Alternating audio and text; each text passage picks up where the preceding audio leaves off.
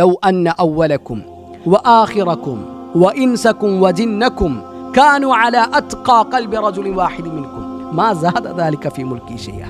ലോകത്തുള്ള ഒന്നാമത്തെ മനുഷ്യൻ മുതൽ അവസാനത്തെ മനുഷ്യൻ വരെ, ഒന്നാമത്തെ ജിന്ന് മുതൽ അവസാനത്തെ ജിന്ന് വരെ എല്ലാവരും ഏറ്റവും നല്ലൊരു മനുഷ്യൻ്റെ തഖ്വയോടുകൂടി ജീവിച്ചാലും അള്ളാഹുവിൻ്റെ അധികാരത്തിൽ ഒന്നും കൂടാൻ പോകുന്നില്ല.